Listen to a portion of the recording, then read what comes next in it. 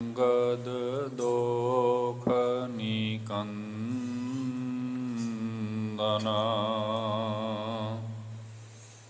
ਅਮਰਦਾਸ ਗੁਰ ਹਿਰਦੈ ਤੇ ਆਵੋ ਹਿਰਦੈ ਤੇ ਆਵੋ। ਸ੍ਰੀ ਗੁਰੂ ਰਾਮਦਾਸ ਗੁਣ ਗਾਵੋ। ਸ੍ਰੀ ਅਰਜਨ ਬਿਘਨਨ ਕੇ ਨਾਸ਼ਕ ਬਿਘਨਨ ਕੇ ਨਾਸ਼ਕ। ਹਰ ਗੋਬਿੰਦ ਸ਼ੁਭ ਸੁਮਤ ਪ੍ਰਕਾਸ਼ਕ। ਸ੍ਰੀ ਹਰਿ ਰਾਇ ਨਮੋ ਕਰ ਜੋਰੀ ਨਮੋ ਕਰ ਜੋਰੀ। ਗੁਰੂ ਹਰਿ ਕ੍ਰਿਸ਼ਨ ਮਨਾਇ ਬਹੋਰੀ। ਤੇਗ ਬਹਾਦਰ ਪਰਮ ਕਿਰਪਾਲਾ ਜੀ ਪਰਮ ਕਿਰਪਾਲਾ। ਸ੍ਰੀ ਗੁਰੂ ਗੋਬਿੰਦ ਸਿੰਘ ਵਿਸ਼ਾਲਾ। ਧਰੋਂ ਧਰਾ ਧਰ ਪੁਨ ਪੁਨ ਸੀਸ ਜੀ ਪੁਨ ਪੁਨ ਸੀਸ। ਵੰਦੋਂ ਬਾਰ ਬਾਰ ਜਗਦੀਸ਼। ਜਿਸਮਿ ਹੈ ਅੰਮ੍ਰਿਤ ਗਿਆਨ ਹੈ ਮਾਨਕ ਭਗਤ ਵੈਰਾਗ। ਸ੍ਰੀ ਗੁਰੂ ਗ੍ਰੰਥ ਸਾਹਿਬ ਉਦਦ ਵੰਦੋ ਕਰ ਅਨੁਰਾਗ। ਏਕ ਓੰਕਾਰ ਸਤਿਗੁਰੂ ਤੇਹ ਪ੍ਰਸਾਦ ਸਚ ਹੋਇ। ਵਾਹਿਗੁਰੂ ਜੀ ਕੀ ਫਤਿਹ।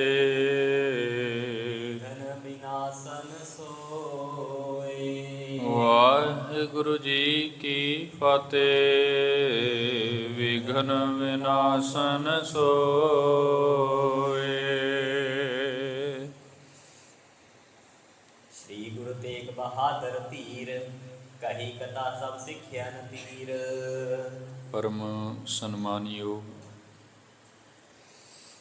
ਚਵਰ ਛਤਰ ਤਖਤ ਦੇ ਮਾਲਕ ਜ਼ਾਹਰਾ ਜ਼ਹੂਰ ਹਾਜ਼ਰ ਹਜ਼ੂਰ ਸਤਿਗੁਰੂ ਸਾਹਿਬ ਸ੍ਰੀ ਗੁਰੂ ਗ੍ਰੰਥ ਸਾਹਿਬ ਜੀ ਮਹਾਰਾਜ ਸਤਿਗੁਰੂ ਜੀ ਕੀ ਪਾਵਨ ਪਵਿੱਤਰ ਹਜ਼ੂਰੀ ਅੰਦਰ ਹਾਜ਼ਰੀਨ। ਗੁਰੂ ਸਵਾਰੇ ਗੁਰੂ ਪਿਆਰੇ ਸਤਸੰਗੀ ਜਨੋ ਆਓ ਮਹਾਰਾਜ ਜੀ ਕੀ ਅਪਾਰ ਬਖਸ਼ਿਸ਼ ਨਾਲ ਸੰਧਿਆ ਵੇਲੇ ਦੇ ਪਾਵਨ ਪਵਿੱਤਰ ਦੀਵਾਨਾਂ ਦੀ ਪ੍ਰਾਰੰਭਤਾ ਕਰੀਏ। ਗੁਰੂ ਇਤਿਹਾਸ ਕੀ ਲੜੀਵਾਰ ਕਥਾ ਜੋ ਨਿਤ ਪ੍ਰਤ ਸ਼੍ਰੀ ਗੁਰੂ ਤੇਗ ਬਹਾਦਰ ਮਹਾਰਾਜ ਜੀ ਕੇ ਇਹਨਾਂ ਪਵਿੱਤਰ ਸਥਾਨਾਂ ਤੇ ਆਪ ਸੰਗਤ ਸਰਵਣ ਕਰਦੇ ਹੋ। ਚੱਲਦੀ ਆ ਰਹੀ ਲੜੀ ਤਹਿਤ ਥੋੜ੍ਹਾ ਜਿਹਾ ਸਮਾਂ ਮਹਾਰਾਜ ਜੀ ਕੇ ਜੀਵਨ ਬਿਰਤਾਂਤਾਂ ਦੇ ਨਾਲ ਗੁਰੂ ਇਤਿਹਾਸ ਦੇ ਨਾਲ ਜੁੜਨ ਦਾ ਆਪਾਂ ਯਤਨ ਕਰਦੇ ਹਾਂ। ਆਓ ਸਭ ਤੋਂ ਪਹਿਲਾਂ ਮਹਾਰਾਜ ਜੀ ਤੋਂ ਆਗਿਆ ਲਈਏ, ਰਸਨਾ ਪਵਿੱਤਰ ਕਰੀਏ, ਗੁਰੂ ਫਤਿਹ ਨਾਲ ਸਾਂਝ ਪਾਇਓ। ਫਤਿਹ ਪ੍ਰਵਾਨੋ ਜੀ। ਵਾਹਿਗੁਰੂ ਜੀ ਕਾ ਖਾਲਸਾ ਵਾਹਿਗੁਰੂ ਜੀ ਕੀ ਫਤਿਹ। ਕੱਲ੍ਹ ਦਿਆਂ ਦੀਵਾਨਾਂ ਅੰਦਰ ਜਿੱਥੇ ਸੰਪੰਨਤਾ ਹੋਈ, ਜੋ ਗੁਰੂ ਇਤਿਹਾਸ ਆਪ ਸੰਗਤ ਸਰਵਣ ਕਰ ਰਹੇ ਸੀ, ਸਤਿਗੁਰੂ ਸ੍ਰੀ ਗੁਰੂ ਤੇਗ ਬਹਾਦਰ ਸਾਹਿਬ ਮਹਾਰਾਜ ਪਰਿਵਾਰ ਸਹਿਤ ਪਟਨੇ ਦੀ ਧਰਤੀ ਤੇ ਪਹੁੰਚੇ ਹਨ। ਤੇ ਇਹ ਉਹ ਪਾਵਨ ਪਵਿੱਤਰ ਧਰਤੀ ਹੈ ਜਿਸ ਅਸਥਾਨ ਤੇ ਦਸਵੇਂ ਨਾਨਕ ਕਲਗੀਧਰ ਪਿਤਾ ਧੰਨ ਸ੍ਰੀ ਗੁਰੂ ਗੋਬਿੰਦ ਸਿੰਘ ਸਾਹਿਬ ਮਹਾਰਾਜ ਜੀ ਦਾ ਪ੍ਰਕਾਸ਼ ਹੁੰਦਾ ਹੈ, ਜਿਸ ਦਾ ਜ਼ਿਕਰ ਵੀ ਸਾਨੂੰ ਦਸਮ ਦੀ ਬਾਣੀ ਦੇ ਵਿੱਚ ਪੜ੍ਹਨ ਨੂੰ ਮਿਲਦਾ ਹੈ। ਤਹੀ ਪ੍ਰਕਾਸ਼ ਹਮਾਰਾ ਭਇਓ ਪਟਨਾ ਸ਼ਹਿਰ ਵਿਖੇ ਭਾਵ ਲਿਓ। ਸ੍ਰੀ ਗੁਰੂ ਤੇਗ ਬਹਾਦਰ ਮਹਾਰਾਜ ਪੂਰਬ ਦੇਸ਼ ਦੀ ਯਾਤਰਾ ਕਰਦੇ ਹੋਏ ਪਟਨੇ ਸ਼ਹਿਰ ਵਿਖੇ ਪਹੁੰਚ ਗਏ ਹਨ। ਇਹ ਸਥਾਨ 'ਤੇ ਜਿਸ ਵਕਤ ਮਹਾਰਾਜ ਟਿਕੇ ਹਨ, ਇੱਥੇ ਮਾਤਾ ਗੁਜਰ ਕੌਰ ਜੀ ਦੇ ਭਰਾਤਾ, ਜਿਨ੍ਹਾਂ ਦਾ ਇਤਿਹਾਸ ਵਿੱਚ ਨਾਮ ਸਤਿਕਾਰ ਵਜੋਂ ਮਾਮਾ ਕਿਰਪਾਲ ਚੰਦ ਜੀ ਕਰਕੇ ਲਿਆ ਜਾਂਦਾ ਹੈ, ਉਹ ਵੀ ਮਹਾਰਾਜ ਕੇ ਸਾਥ ਹੀ ਇਸ ਜ਼ਿਆਰਤ, ਇਸ ਯਾਤਰਾ 'ਤੇ ਚੱਲੇ ਹੋਏ ਸਨ। ਇਹ ਸਥਾਨ 'ਤੇ ਮਹਾਰਾਜ ਟਿਕੇ, ਪਟਨੇ ਦੇ ਸਥਾਨ 'ਤੇ ਰੁਕੇ। ਜਿਸ ਵਕਤ ਸੰਗਤ ਅੰਦਰ ਬੈਠੇ ਮਾਤ ਗੁਜਰ ਕੌਰ ਜੀ ਦੇ ਭਰਾਤਾ ਮਾਮਾ ਕਿਰਪਾਲ ਚੰਦ ਜੀਆਂ ਨੇ ਸਤਿਗੁਰੂ ਗੁਰੂ ਤੇਗ ਬਹਾਦਰ ਮਹਾਰਾਜ ਜੀ ਕੇ ਚਰਨਾਂ ਅੰਦਰ ਬੇਨਤੀ ਕੀਤੀ, ਦਾਤਾ ਜੀ, ਸੁਣੀਦਾ ਹੈ ਕਿ ਪਟਨਾ ਬਹੁਤ ਪੁਰਾਤਨ ਸ਼ਹਿਰ ਹੈ। ਹੁਣ ਵੀ ਇਹਦਾ ਵਿਸਤਾਰ ਬਹੁਤ ਲੰਬਾ ਹੈ, ਪਿਛਲੇ ਦੀਵਾਨਾਂ ਵਿੱਚ ਵੀ ਜ਼ਿਕਰ ਆਇਆ ਸੀ। ਸੁਣੀਦਾ ਹੈ ਕਿ ਇਹ ਪੁਰਾਣਿਕ ਹਵਾਲਿਆਂ ਵਿੱਚ ਵੀ ਇਹਦਾ ਨਾਮ ਪੜ੍ਹਨ ਨੂੰ ਮਿਲ ਜਾਂਦਾ, ਬਹੁਤ ਪੁਰਾਣਾ ਸ਼ਹਿਰ ਹੈ। ਜੇਕਰ ਆਪ ਬਖਸ਼ਿਸ਼ ਕਰੋ, ਇਹਦੇ ਪਿਛੋਕੜ ਬਾਰੇ ਸਾਨੂੰ ਥੋੜ੍ਹਾ ਜਿਹਾ ਦੱਸ ਦੇਵੋ, ਕਿਉਂਕਿ ਇਹਦਾ ਜਿਹੜਾ ਇਤਿਹਾਸ ਹੈ, ਜਿਵੇਂ ਭਾਈ ਸੰਤੋਖ ਸਿੰਘ ਜੀ ਹੋਰਾਂ ਨੇ ਦਰਜ ਕੀਤਾ ਹੈ, ਦੁਆਪਰ ਯੁੱਗ ਤੱਕ ਜਾ ਕੇ ਤਾਰਾਂ ਜੁੜ ਜਾਂਦੀਆਂ ਨੇ। ਜਿਸ ਵਕਤ ਬਿਨਤੀ ਮਹਾਰਾਜ ਸੱਚੇ ਪਾਤਸ਼ਾਹ ਜੀਆਂ ਨੂੰ ਮਾਮਾ ਕਿਰਪਾਲ ਚੰਦ ਜੀ ਤੇ ਹੋਰ ਸਿੱਖਾਂ ਨੇ ਕੀਤੀ, ਮਹਾਰਾਜ ਨੇ ਪ੍ਰਵਾਨ ਕੀਤੀ। ਫਿਰ ਜਿਵੇਂ ਭਾਈ ਸੰਤੋਖ ਸਿੰਘ ਜੀਆਂ ਨੇ ਲਿਖਿਆ ਹੈ, ਮਹਾਰਾਜ ਨੇ ਆਪਣੇ ਮੁਖ ਤੋਂ ਉੱਥੋਂ ਦਾ ਜੋ ਕੁਝ ਇਤਿਹਾਸ ਦੁਆਪਰ ਦੇ ਸਮੇਂ ਦਾ ਸੀ, ਉਹ ਦੁਹਰਾ ਕਰਕੇ ਸੰਗਤ ਨੂੰ ਦੱਸਿਆ ਹੈ। ਜਿਵੇਂ ਕਿ ਅਸੀਂ ਪਿੱਛੇ ਪੜ੍ਹਿਆ ਵੀ ਹੈ, ਸਤਿਗੁਰਾਂ ਨੇ ਇਹ ਗੱਲ ਦੱਸੀ ਹੈ ਵੀ ਜੋ ਸਾਨੂੰ ਪੁਰਾਣਿਕ ਹਵਾਲਿਆਂ ਦੇ ਵਿੱਚ ਪੜ੍ਹਨ ਸੁਣਨ ਨੂੰ ਮਿਲਦਾ ਹੈ ਕਿ ਦੁਆਪਰ ਦੇ ਸਮੇਂ ਦਾ ਵਸਿਆ ਹੋਇਆ ਨਗਰ ਹੈ, ਜਿਸ ਦਾ ਪਹਿਲਾ ਰਾਜਾ ਬਿਰਹਰਦਸ ਹੈ ਅਤੇ ਉਸ ਦਾ ਪੁੱਤਰ ਅੱਗੇ ਜਰਾਸਿੰਧ ਹੋਇਆ। ਜਰਾਸਿੰਘ ਬੜਾ ਕਪਟੀ ਰਾਜਾ ਸੀ, ਬੜਾ ਗੁਸੈਲ, ਬੜਾ ਜ਼ੁਲਮੀ ਰਾਜਾ ਸੀ। ਇਸ ਨੇ ਬੜਾ ਅਨਿਆਏ ਕੀਤਾ ਤੇ ਦੁਆਪਰ ਦੇ ਅਵਤਾਰ ਕ੍ਰਿਸ਼ਨ ਜੀ ਨੇ ਪ੍ਰਗਟ ਹੋ ਕਰਕੇ ਇਸ ਜਰਾਸਿੰਧ ਦਾ ਅੰਤ ਕੀਤਾ। ਫਿਰ ਜਰਾਸਿੰਧ ਦਾ ਅੱਗੇ ਇੱਕ ਪੁੱਤਰ ਹੋਇਆ ਸਹਿਦੇਵ। ਕੁਝ ਸਮਾਂ ਉਹਨੇ ਵੀ ਇੱਥੇ ਰਾਜ ਕੀਤਾ, ਲੇਕਿਨ ਕੋਈ 15 ਕੁ ਵਰੇ ਰਾਜ ਕਰਨ ਤੋਂ ਉਪਰੰਤ ਫਿਰ ਉਹਦੀ ਵੀ ਜਿਹੜੀ ਮੌਤ ਹੈ ਮਹਾਭਾਰਤ ਦੇ ਯੁੱਧ ਦੇ ਵਿੱਚ ਹੋ ਜਾਂਦੀ ਹੈ। ਸੋ ਕੁਝ ਹਵਾਲਾ ਪਿੱਛੇ ਆਪ ਸੰਗਤ ਨੇ ਸਰਵਣ ਕੀਤਾ ਹੈ। ਅੱਜ ਦੀ ਵਿਚਾਰ ਦੀ ਜਿੱਥੋਂ ਪ੍ਰਾਰੰਭਤਾ ਹੋ ਰਹੀ ਹੈ, ਭਾਈ ਸਾਹਿਬ ਜੀ ਜ਼ਿਕਰ ਕਰ ਰਹੇ ਨੇ ਸ਼੍ਰੀ ਗੁਰੂ ਤੇਗ ਬਹਾਦਰ ਧੀਰ ਮਹਾਰਾਜ, ਧੀਰਜਤਾ ਦੀ ਮੂਰਤ, ਨੌਵੇਂ ਨਾਨਕ ਸਤਿਗੁਰੂ ਸ਼੍ਰੀ ਗੁਰੂ ਤੇਗ ਬਹਾਦਰ ਦੀਵਾਨ ਦੇ ਅੰਦਰ ਬੈਠੇ ਨੇ। ਦੀਵਾਨ ਸਜਿਆ ਹੋਇਆ ਹੈ, ਮਹਾਰਾਜ ਆਪਣੇ ਸਿੰਘਾਸਨ ਉੱਪਰ ਵਿਰਾਜਮਾਨ ਨੇ। ਬੇਅੰਤ ਸੰਗਤਾਂ ਮਹਾਰਾਜ ਜੀ ਕੇ ਦੀਦਾਰ ਪਾ ਰਹੀਆਂ ਨੇ, ਮਹਾਰਾਜ ਜੀ ਕੇ ਦਰਸ਼ਨ ਕਰ ਰਹੀਆਂ ਹਨ ਸੰਗਤਾਂ, ਤੇ ਮਹਾਰਾਜ ਕੇ ਪਵਿੱਤਰ ਮੁਖ ਤੋਂ ਇਹ ਅਮੋਲਕ ਬਚਨ ਸੁਣ ਕੇ ਜੀਵਨ ਸਫਲਾ ਰਹੇ ਹਨ। ਕਹੀ ਕਥਾ ਸਭ ਸਿੱਖਿਆ ਨਤੀਰ। ਮਹਾਰਾਜ ਜੀਆਂ ਨੇ ਇਹ ਜਿਹੜੀ ਦੁਆਪਰ ਦੇ ਵੇਲੇ ਦੀ ਜੋ ਵੀ ਪੁਰਾਣੀ ਕਥਾ ਉੱਥੋਂ ਦੀ ਪ੍ਰਚਲਿਤ ਹੈ, ਕਿਉਂਕਿ ਇਹ ਸਾਰਾ ਜੋ ਇਤਿਹਾਸ ਹੈ ਇਹ ਹੈ ਪੁਰਾਣਾ ਦੇ ਹਵਾਲੇ ਨੇ। ਦੁਆਪਰ ਦੇ ਵੇਲੇ ਦਾ ਜਿੰਨਾ ਵੀ ਇਤਿਹਾਸ ਇਸ ਨਗਰ ਨਾਲ ਰਲਦਾ ਹੈ, ਸੋ ਮਹਾਰਾਜ ਜੀਆਂ ਨੇ ਇਹ ਪੁਰਾਣਿਕ ਹਵਾਲਿਆਂ ਨੂੰ ਆਪਣੇ ਮੁਖ ਤੋਂ ਉਚਾਰਨ ਕਰਕੇ ਆਪਣੇ ਸਿੱਖਾਂ ਨੂੰ ਤੇ ਮਾਮਾ ਕਿਰਪਾਲ ਚੰਦ ਆਦਿਕ ਇਹਨਾਂ ਸਭ ਨੂੰ ਸੁਣਾਇਆ ਹੈ ਜੀ। ਸਭ ਕੋ ਸਹਿਦੇਵ। ਇਨ ਦੇਸ਼ਨ ਭਾਵ ਹੁਣ ਇਸ ਦੇਸ਼ ਦੇ ਅੰਦਰ ਇਸ ਥਾਂ ਤੇ ਸਹਿਦੇਵ ਹੁਣ ਜਿਹੜਾ ਰਾਜਾ ਹੈ ਉਹ ਸਹਿਦੇਵ ਭਾਵ ਜਰਾਸਿੰਧ ਦਾ ਪੁੱਤਰ ਜਿਹੜਾ ਹੈ ਉਹ ਰਾਜ ਕਰ ਰਿਹਾ ਹੈ ਜੀ। ਰਾਜ ਕਰਨ ਲਾਗਿਓ ਨਰਦੇਵ। ਕਿਉਂਕਿ ਜਰਾਸਿੰਧ ਤੇ ਮਰਨ ਤੋਂ ਉਪਰੰਤ ਜਿਹੜਾ ਸਹਿਦੇਵ ਸੀ ਉਹ ਇੱਥੋਂ ਦਾ ਰਾਜਾ ਬਣਿਆ ਤੇ ਹੁਣ ਉਹ ਇਸ ਸਮੇਂ ਇੱਥੇ ਰਾਜ ਕਰ ਰਿਹਾ ਹੈ ਜੀ। ਪੰਚਦਸ਼ਮ ਸਮਤ ਪੁਨ ਜੀਵਿਓ। ਪੰਚਦਸ਼ਮ ਦਾ ਭਾਵ ਅਰਥ ਹੈ ਵੀ ਕੋਈ 15 ਸਾਲ। ਪੰਚ ਦਾ ਮਤਲਬ ਪੰਚਦਸ਼ਮ 10 ਤੇ 5 15 15 ਕੁ ਸਾਲ ਜਿਹੜਾ ਹੈ ਉਸ ਨੇ ਇਸ ਦੇਸ਼ ਦੇ ਉਸ ਵਕਤ ਦੁਆਪਰ ਦੇ ਵੇਲੇ ਜੇ ਕਹਿ ਲਈਏ, ਕਿਉਂਕਿ ਕ੍ਰਿਸ਼ਨ ਜੀ ਜਿਸ ਵਕਤ ਹੋਏ ਨੇ ਕੋਈ 15 ਵਰੇ ਜਰਾਸਿੰਧ ਦੀ ਮੌਤ ਤੋਂ ਉਪਰੰਤ ਸਹਿਦੇਵ ਨੇ ਇਸ ਦੇਸ਼ ਦੇ ਉੱਪਰ ਆਪਣਾ ਰਾਜ ਕੀਤਾ। ਜਦ ਵਿਰੋਧ ਕੈਰਵ ਮਹਿ ਥੀਵਿਓ। ਲੇਕਿਨ ਇਧਰ ਸਹਿਦੇਵ ਜਿਹੜਾ ਸੀ ਉਹ ਰਾਜ ਕਰ ਰਿਹਾ ਸੀ। ਇੱਧਰ ਅਸੀਂ ਪੜ੍ਹਦੇ ਹਾਂ ਕਿ ਕੁਰੂਕਸ਼ੇਤਰ ਦੀ ਧਰਤੀ ਤੇ ਕੌਰਵਾਂ ਤੇ ਪਾਂਡਵਾਂ ਦਾ ਆਪਸੀ ਵਿਰੋਧ ਹੋ ਗਿਆ। ਜਿਸ ਵਕਤ ਕੌਰਵਾਂ ਦਾ ਜਿਹੜਾ ਵਿਰੋਧ ਹੈ ਪਾਂਡਵਾਂ ਦੇ ਨਾਲ ਵੱਧ ਗਿਆ ਹੈ ਜੀ। ਭਇਓ ਸੰਗਰਾਮ ਮਹਾਕੁਰੂਕਸ਼ੇਤਰ। ਤੇ ਭਾਈ ਸੰਤੋਖ ਸਿੰਘ ਸਾਹਿਬ ਜੀ ਲਿਖਦੇ ਨੇ ਕਿ ਸਤਿਗੁਰਾਂ ਨੇ ਫਿਰ ਦੱਸਿਆ ਕਿ ਵੇਖੋ ਜਿਸ ਵਕਤ ਕੌਰਵਾਂ ਤੇ ਪਾਂਡਵਾਂ ਦਾ ਵਿਰੋਧ ਵੱਧ ਗਿਆ ਤੇ ਉਸ ਵਕਤ ਫਿਰ ਕੁਰੂਕਸ਼ੇਤਰ ਦੀ ਧਰਤੀ ਤੇ ਬਹੁਤ ਭਾਰੀ ਯੁੱਧ ਹੋਇਆ। ਇਹ ਆਪਾਂ ਨੂੰ ਸਭ ਨੂੰ ਪਤਾ ਹੈ, ਆਪਾਂ ਜਾਣਦੇ ਹਾਂ। ਦੁਆਪਰ ਦੇ ਵੇਲੇ, ਕ੍ਰਿਸ਼ਨ ਜੀ ਦੇ ਵੇਲੇ ਜਿਹੜਾ ਕੌਰਵ ਤੇ ਪਾਂਡਵ ਦਾ ਕੁਰੂਕਸ਼ੇਤਰ ਦੀ ਧਰਤੀ ਤੇ ਯੁੱਧ ਹੋਇਆ, ਬੜਾ ਭਿਅੰਕਰ, ਮਹਾ ਭਿਅੰਕਰ ਯੁੱਧ ਹੈ। ਸੋ ਉਹ ਜਿਸ ਵਕਤ ਉਹ ਯੁੱਧ ਸ਼ੁਰੂ ਹੁੰਦਾ ਹੈ, ਭੂਮੀ ਭਾਰ ਉਤਾਰਨ ਹੇਤ, ਉਸ ਵਕਤ ਇਹ ਯੁੱਧ ਦੇ ਹੋਣ ਦਾ ਕਾਰਨ ਵੀ ਕੁਝ ਐਸਾ ਹੀ ਹੈ। ਭੂਮੀ ਭਾਰ ਉਤਾਰਨ ਹੇਤ, ਭੂਮੀ ਦਾ ਭਾਵ ਇਸ ਧਰਤੀ ਤੇ ਭਾਵ ਐਸੇ ਦੁਸ਼ਟ ਲੋਕ ਜਿਹੜੇ ਧਰਮ ਨੂੰ ਤਿਆਗ ਕਰਕੇ ਅਨਿਆਏ ਕਰਦੇ ਨੇ, ਜਿਹੜੇ ਧਰਮ ਨੂੰ ਛੱਡ ਕਰਕੇ ਇਸ ਧਰਤੀ ਤੇ ਜ਼ੁਲਮ ਕਰਦੇ ਨੇ। ਫਿਰ ਕਿਸੇ ਨਾ ਕਿਸੇ ਰੂਪ ਵਿੱਚ ਪ੍ਰਮਾਤਮਾ ਅਕਾਲ ਪੁਰਖ ਆਪ ਹੀ ਕੋਈ ਐਸੀ ਖੇਡ ਵਰਤਾ ਦਿੰਦਾ, ਕੋਈ ਜੰਗ ਯੁੱਧ ਸ਼ੁਰੂ ਹੋ ਜਾਂਦਾ, ਜਿਹਦੇ ਵਿੱਚ ਫਿਰ ਇਹਨਾਂ ਸਾਰਿਆਂ ਦਾ ਕਿਸੇ ਨਾ ਕਿਸੇ ਤਰੀਕੇ ਉਹ ਅਕਾਲ ਪੁਰਖ ਖਾਤਮਾ ਕਰ ਦਿੰਦਾ। ਸੋ ਇਹ ਵੀ ਜਿਹੜਾ ਯੁੱਧ ਹੋਇਆ ਹੈ, ਭੂਮੀ ਦਾ ਭਾਰ, ਭਾਈ ਸਾਹਿਬ ਜੀ ਨੇ ਲਿਖਿਆ, ਭੂਮੀ ਭਾਰ ਉਤਾਰਨ ਹੇਤ। ਸਤਿਗੁਰੂ ਜੀ ਕਹਿ ਰਹੇ ਨੇ ਕਿ ਧਰਤੀ ਦਾ ਭਾਰ ਹੌਲਿਆਂ ਕਰਨ ਦੇ ਲਈ ਸਭ ਦੇਸ਼ਾਂ ਕੇ ਨਿਰਪਤ ਬਡੇਰੇ, ਤੇ ਉਹ ਇਤਨਾ ਮਹਾ ਭਿਅੰਕਰ ਯੁੱਧ ਹੈ। ਭਾਵੇਂ ਅਸੀਂ ਪੜ੍ਹਦੇ ਹਾਂ ਵੀ ਕੌਰਵ ਤੇ ਪਾਂਡਵ ਲੜੇ ਸਨ, ਭਾਵੇਂ ਜਿੱਥੋਂ ਤੱਕ ਸਾਨੂੰ ਸੁਣਨ ਜਾਂ ਪੜ੍ਹਨ ਨੂੰ ਮਿਲਦਾ ਹੈ ਨਾ, ਤੇ ਅਸੀਂ ਇੰਨਾ ਹੀ ਜਾਣਦੇ ਹਾਂ ਵੀ ਕੌਰਵ ਤੇ ਪਾਂਡਵ ਆਪਸ ਵਿੱਚ ਲੜੇ, ਮਹਾਭਾਰਤ ਦੀ ਯੁੱਧ ਹੋਈ ਕੁਰੂਕਸ਼ੇਤਰ ਦੀ ਧਰਤੀ ਤੇ। ਲੇਕਿਨ ਇਕੱਲੇ ਕੌਰਵ ਪਾਂਡਵ ਨਹੀਂ, ਕੌਰਵ ਤੇ ਪਾਂਡਵਾਂ ਨੇ ਆਪਣੇ ਰਾਜ ਦੇ ਹੋਰ ਬਹੁਤ ਸਾਰੇ ਰਾਜੇ ਜਾਂ ਦੂਰ ਦੂਰ ਦੇਸ਼ਾਂ ਦੇ ਜਿੰਨੇ ਵੀ ਮੁਖੀ ਰਾਜੇ ਸਨ, ਉਹ ਵੀ ਸਾਰੇ ਆਪਣੀ ਸਹਾਇਤਾ ਵਿੱਚ ਇਸ ਥਾਂ ਤੇ ਸੱਦੇ ਸਨ। ਇਸ ਲਈ ਇਸ ਨੂੰ ਮਹਾ ਸੰਗਰਾਮ ਕਿਹਾ ਜਾਂਦਾ। ਭਾਈ ਸਾਹਿਬ ਜੀ ਨੇ ਲਿਖਿਆ ਹੈ, ਸਭ ਦੇਸ਼ਨ ਕੇ ਨਿਰਪ ਵਡੇਰੇ। ਜਦੋਂ ਇਹ ਜੰਗ ਪ੍ਰਾਰੰਭ ਹੋ ਗਈ ਤੇ ਦੂਰ ਦੂਰ ਦੇਸ਼ਾਂ ਦੇ ਜਿਤਨੇ ਮੁਖੀ ਵੱਡੇ ਰਾਜੇ ਆਦਿਕ ਸਨ, ਉਹਨਾਂ ਸਾਰਿਆਂ ਨੂੰ ਇਸ ਸਥਾਨ ਤੇ ਆਉਣ ਦੇ ਲਈ ਸੱਦਾ ਭੇਜਿਆ, ਭਾਵ ਬੁਲਾਇਆ ਗਿਆ ਹੈ। ਇਕੱਠੇ ਪਏ ਕਾਲ ਕੇ ਪ੍ਰੇਰੇ, ਤੇ ਉਹ ਸਾਰੇ ਇਸ ਸਥਾਨ ਤੇ ਆ ਕੇ ਹਾਜ਼ਰ ਹੋ ਗਏ, ਕੁਰੂਕਸ਼ੇਤਰ ਆ ਗਏ। ਆਪਣੀ ਆਪਣੀ ਫੌਜ ਲੈ ਕਰਕੇ ਨਾ ਸਭ ਕੋਈ ਇਸ ਕੁਰੂਕਸ਼ੇਤਰ ਦੀ ਧਰਤੀ ਤੇ ਆ ਗਿਆ। ਲੇਕਿਨ ਨਾਲ ਹੀ ਇੱਥੇ ਜਿਹੜੇ ਬਚਨ ਲਿਖੇ ਨੇ ਭਾਈ ਸਾਹਿਬ ਜੀ ਨੇ, ਇਕੱਠੇ ਪਏ ਕਾਲ ਕੇ ਪ੍ਰੇਰੇ। ਮਹਾਰਾਜ ਕਹਿ ਰਹੇ ਸਨ ਕਿ ਕੋਈ ਸਮਾਂ ਹੀ ਐਸੇ, ਸਮੇਂ ਦੀ ਚਾਲ ਹੀ ਐਸੀ ਬਣ ਗਈ ਕਿ ਕਾਲ ਜਿਹੜਾ ਸੀ ਨਾ, ਮੌਤ ਕਹਿ ਲਈਏ, ਉਹ ਪ੍ਰੇਰ ਕਰਕੇ ਸਾਰਿਆਂ ਨੂੰ ਇੱਥੇ ਲਿਆ ਰਹੀ ਸੀ, ਕਿਉਂਕਿ ਇੱਥੇ ਮਹਾ ਸੰਗਰਾਮ ਹੋਣ ਵਾਲਾ, ਵੱਡਾ ਯੁੱਧ ਹੋਣ ਵਾਲਾ। ਤੇ ਉਹਦੇ ਵਿੱਚ ਕਿੰਨਾ ਕੁ ਕਤਲੋਗਾਰਤ ਹੋਇਆ, ਕਿੰਨੇ ਸਿਪਾਹੀ ਮਰੇ, ਕਿੰਨੀਆਂ ਫੌਜਾਂ, ਕਿੰਨੇ ਪਰਿਵਾਰ ਖਤਮ ਹੋਏ। ਸੋ ਕਾਲ ਦੀ ਖੇਡ ਉਸ ਵਕਤ ਐਸੀ ਬਣ ਗਈ।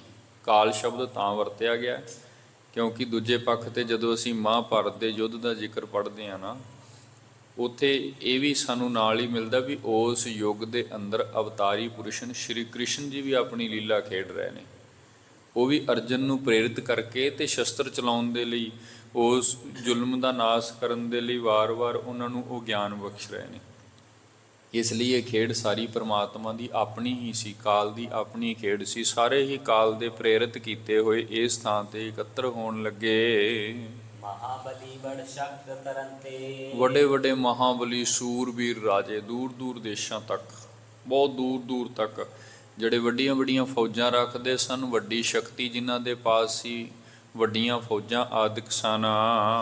ਸ਼ਸਤਰ ਅਸਤਰ ਵਿਦਿਆ ਗੁਣਵੰਤੇ, ਜਿਹੜੇ ਇਹ ਅਸਤਰ ਸ਼ਸਤਰ ਦੀ ਵਿਦਿਆ ਦੇ ਵਿੱਚ ਵੀ ਬੜੇ ਗੁਣਵਾਨ ਸਨ, ਭਾਵ ਬੜੇ ਤਰੀਕੇ ਦੇ ਨਾਲ ਜੰਗਾਂ ਨੂੰ ਫਤਿਹ ਕਰਨਾ ਜਾਣਦੇ ਸਨ। ਪਾਂਡਵ ਧਰਮ ਯੁਧਿਸ਼ਠਰ ਰਾਜਾ, ਪਾਂਡਵ ਵੀ ਲੜੇ, ਕੌਰਵ ਵੀ ਲੜੇ, ਜਿਹੜੇ ਮੁਖੀ ਸਨ ਜਿਨ੍ਹਾਂ ਕਰਕੇ ਇਹ ਜੰਗ ਦਾ ਮੁੱਢ ਵੱਜਾ। ਹੁਣ ਜਿਹੜੇ ਪਾਂਡਵ ਸਨ, ਪਾਂਡਵਾਂ ਦੇ ਅੰਦਰੋਂ ਜਿਹੜਾ ਇਹਨਾਂ ਦੀ ਅਗਵਾਈ ਕਰ ਰਿਹਾ ਸੀ, ਉਹਦਾ ਨਾਮ ਹੈ ਯੁਧਿਸ਼ਠਰ। ਯੁਧਿਸ਼ਠਰ ਜਿਹੜਾ ਸੀ, ਇਹ ਪਾਂਡਵਾਂ ਦੇ ਵੱਲੋਂ ਅਗਵਾਈ ਕਰ ਰਿਹਾ ਸੀ। ਭਾਵੇਂ ਅਰਜਨ ਵੀ ਲੜਿਆ ਹੈ, ਇਹਨੇ ਵੀ ਬਹੁਤ ਬਾਣ ਚਲਾਏ, ਲੇਕਿਨ ਯੁਧਿਸ਼ਠਰ ਪਾਂਡਵਾਂ ਵੱਲੋਂ ਆਗੂ ਬਣ ਕੇ ਅੱਗੇ ਰਾਜਾ ਹੋ ਕਰਕੇ ਲੜਨ ਲੱਗਾ। ਗੈਰਵ ਵਿਖੇ ਦੁਰਯੋਧਨ ਸਾਜਾ, ਤੇ ਕੌਰਵਾਂ ਨੇ ਜਿਹੜਾ ਆਪਣਾ ਆਗੂ ਰਾਜਾ ਬਣਾਇਆ ਇਸ ਧਰਤੀ ਤੇ ਜੰਗ ਜਦੋਂ ਸ਼ੁਰੂ ਹੋਈ, ਉਹ ਸੀ ਦੁਰਯੋਧਨ। ਕਿਉਂਕਿ ਇਹ ਵੀ ਬੜਾ ਪ੍ਰਤਾਪੀ ਸੀ, ਬੜਾ ਬਲਵਾਨ ਸੀ, ਯੁੱਧ ਨੀਤੀ ਨੂੰ ਬੜੀ ਚੰਗੀ ਤਰ੍ਹਾਂ ਸਮਝਣ ਵਾਲਾ ਸੀ। ਇਹਦਾ ਤੇ ਇਹਦਾ ਨਾਲ ਇਹ ਵੀ ਸਾਨੂੰ ਜ਼ਿਕਰ ਮਿਲਦਾ ਬਾਣੀ ਵਿੱਚ ਵੀ ਇਹ ਹੰਕਾਰੀ ਵੀ ਬਹੁਤ ਸੀ, ਹਠੀ ਸੀ। ਸੋ ਕੌਰਵਾਂ ਦੇ ਵੱਲੋਂ ਦੁਰਯੋਧਨ ਤੇ ਪਾਂਡਵਾਂ ਦੇ ਵੱਲੋਂ ਯੁਧਿਸ਼ਠਰ, ਇਹ ਦੋਵੇਂ ਸੂਰਮੇ ਆਪਣੀਆਂ ਆਪਣੀਆਂ ਫੌਜਾਂ, ਆਪਣੇ ਸੂਰਬੀਰ ਯੋਧੇ ਲੈ ਕਰਕੇ ਇਸ ਕੁਰੂਕਸ਼ੇਤਰ ਦੀ ਧਰਤੀ ਤੇ ਆਮੋ ਸਾਹਮਣੇ ਹੋ ਗਏ ਹਨ। ਬੜੀ ਸਪਰਦਾ ਦੋਹਾਂ ਦੇਸ਼ ਮਾਹੀ। ਬੜੀ ਸਪਰਦਾ, ਆਪਸ ਵਿੱਚ ਬੜੀ ਵਿਰੋਧਤਾ ਹੋ ਗਈ ਹੈ। ਭਾਵ ਹੁਣ ਇਹ ਗੱਲ ਇੱਥੋਂ ਤੱਕ ਪਹੁੰਚ ਗਈ ਹੈ ਵੀ ਕੌਰਵ ਚਾਹੁੰਦੇ ਨੇ ਪਾਂਡਵਾਂ ਨੂੰ ਖਤਮ ਕਰ ਦਿੱਤਾ ਜਾਵੇ ਤੇ ਪਾਂਡਵ ਚਾਹੁੰਦੇ ਨੇ ਕੌਰਵ ਖਤਮ ਹੋ ਜਾਣ। ਇਸ ਵਿਦ ਗੱਲ ਇੱਥੋਂ ਤੱਕ ਵੀ ਨਹੀਂ, ਇਦੋਂ ਵੀ ਅੱਗੇ ਗਈ ਚਲੀ। ਪਾਂਡਵਾਂ ਨੇ ਆਪਣੇ ਆਪਣੇ ਨਿੱਜੀ ਰਾਜੇ ਸੱਦ ਲੈ ਤੇ ਕੌਰਵਾਂ ਨੇ ਆਪਣੀਆਂ ਫੌਜਾਂ ਇਕੱਠੀਆਂ ਕਰ ਲਈਆਂ। ਇਸ ਵਿਦ ਇਹ ਸਾਰਾ ਜਿਹੜਾ ਵੱਡਾ ਜੰਗ ਹੈ ਪ੍ਰਾਰੰਭ ਹੁੰਦਾ ਹੈ। ਕਰ ਹੰਕਾਰ ਤਜੈ ਹਠ ਨਾਹੀ। ਕਰ ਹੰਕਾਰ, ਤੇ ਗੱਲ ਇੱਥੋਂ ਤੱਕ ਪਹੁੰਚ ਗਈ ਜਿਸ ਵਕਤ ਤੇ ਮਹਾਭਾਰਤ ਦਾ ਯੁੱਧ ਹੁੰਦਾ ਹੈ। ਵੈਸੇ ਇਹ ਸਾਰੀ ਵਿਥਿਆ ਮਹਾਰਾਜ ਆਪਣੇ ਮੁਖ ਤੋਂ ਆਪਣੇ ਸਿੱਖਾਂ ਨੂੰ, ਸੰਗਤ ਨੂੰ ਸੁਣਾ ਰਹੇ ਨੇ। ਜਿਸ ਵਕਤ ਇਹ ਯੁੱਧ ਪ੍ਰਾਰੰਭ ਹੁੰਦਾ ਹੈ, ਗੱਲ ਇੱਥੋਂ ਤੱਕ ਪਹੁੰਚ ਗਈ ਵੀ ਹੱਠ ਹੋ ਗਿਆ, ਮੰਨਣ ਲਈ ਕੋਈ ਵੀ ਤਿਆਰ ਨਹੀਂ ਹੈ। ਨਾ ਕੌਰਵ ਮੰਨਦੇ ਨੇ ਨਾ ਪਾਂਡਵ ਮੰਨਦੇ ਨੇ। ਤੇ ਜਦੋਂ ਕੋਈ ਵੀ ਨਾ ਮੰਨਿਆ ਕਰੇ, ਆਪਾਂ ਨੂੰ ਵੀ ਪਤਾ ਹੈ, ਸਿਆਣੇ ਗੁਰਸਿੱਖ ਆਪ ਬੈਠੇ ਹੋ, ਦੋਵੇਂ ਧਿਰਾਂ ਦੇ ਵਿੱਚ ਜਦੋਂ ਕਿਤੇ ਕੋਈ ਲੜਾਈ ਛਿੜ ਜਾਏ, ਮਨੁੱਖ ਯਤਨ ਕਰਦਾ ਵੀ ਚਲੋ ਇਹਨਾਂ 'ਚੋਂ ਇੱਕ ਮੰਨ ਜਾਏ, ਲੜਾਈ ਖਤਮ ਹੋ ਸਕਦੀ ਹੈ। ਲੇਕਿਨ ਜੇ ਦੋਵੇਂ ਹੀ ਨਾ ਮੰਨਣ ਤੇ ਫਿਰ ਅਖੀਰ ਤੇ ਕੀ ਹੈ, ਜੰਗ ਹੀ ਹੈ। ਇਸੇ ਵਿਧੀ ਹੀ ਹੋਇਆ, ਦੋਨਾਂ ਦੇ ਅੰਦਰੋਂ ਕੋਈ ਵੀ ਮੰਨਣ ਵਾਲਾ ਨਹੀਂ ਸੀ। ਆਪਸ ਵਿੱਚ ਇਤਨੀ ਵਿਰੋਧਤਾ ਹੋ ਗਈ ਹੈ ਜੀ। ਦੇਸ਼ ਦੇਸ਼ ਕੇ ਨਿਰਤ ਹਕਾਰੇ। ਤੇ ਫਿਰ ਇਹਨਾਂ ਨੇ ਜੰਗ ਦੇ ਅੰਦਰ ਨਾ ਸਹਾਇਤਾ ਦੇ ਲਈ, ਕਿਉਂਕਿ ਇੱਥੇ ਪਟਨੇ ਦਾ ਵੀ ਜ਼ਿਕਰ ਆਵੇਗਾ ਅੱਗੇ, ਜੰਗ ਵਿੱਚ ਆਪਣੀ ਫੌਜਾਂ ਦੇ ਵਾਧੇ ਲਈ ਆਪਣੀ ਫੌਜ ਜਿੱਤ ਜਾਏ ਕੌਰਵਾਂ ਨੇ ਤੇ ਪਾਂਡਵਾਂ ਨੇ। ਦੇਸ਼ ਵਿਦੇਸ਼ਨ ਨਿਰਭ ਹਕਾਰੇ, ਭਾਵ ਦੂਰ ਦੂਰ ਦੇਸ਼ਾਂ ਦੇ ਜਿਹੜੇ ਰਿਆਸਤੀ ਰਾਜੇ ਸਨ, ਪਹਾੜੀ ਸਨ ਜਾਂ ਹੋਰ ਦੂਰ ਦੂਰ ਦੇਸ਼ਾਂ ਦੇ ਜਿਹੜੇ ਰਾਜੇ ਸਨ, ਉਹਨਾਂ ਨੂੰ ਹੁਕਮ ਘੱਲ ਕੇ ਤੇ ਇਸ ਥਾਂ ਤੇ ਬੁਲਾ ਲਿਆ ਕਿ ਵੇਖੋ ਸਾਡੀ ਸਹਾਇਤਾ ਕਰੋ।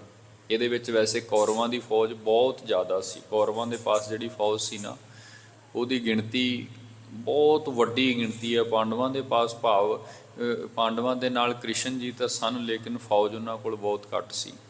ਸੋ ਇੱਦਾਂ ਨਾ ਜਿਸ ਵਕਤ ਜੰਗ ਸ਼ੁਰੂ ਹੁੰਦੀ ਹੈ ਤੇ ਉਸ ਵਕਤ ਕੌਰਵਾਂ ਨੇ ਤੇ ਪਾਂਡਵਾਂ ਨੇ ਆਪਣੇ ਆਪਣੇ ਨਿੱਜੀ ਦੇਸ਼ਾਂ ਵਿਦੇਸ਼ਾਂ ਦੇ ਜਿਹੜੇ ਰਾਜੇ ਸਨ, ਉਹਨਾਂ ਨੂੰ ਵੀ ਆਪਣੇ ਪਾਸ ਜੰਗ ਵਿੱਚ ਸਹਾਇਤਾ ਕਰਨ ਦੇ ਲਈ ਬੁਲਾ ਲਿਆ ਸੀ।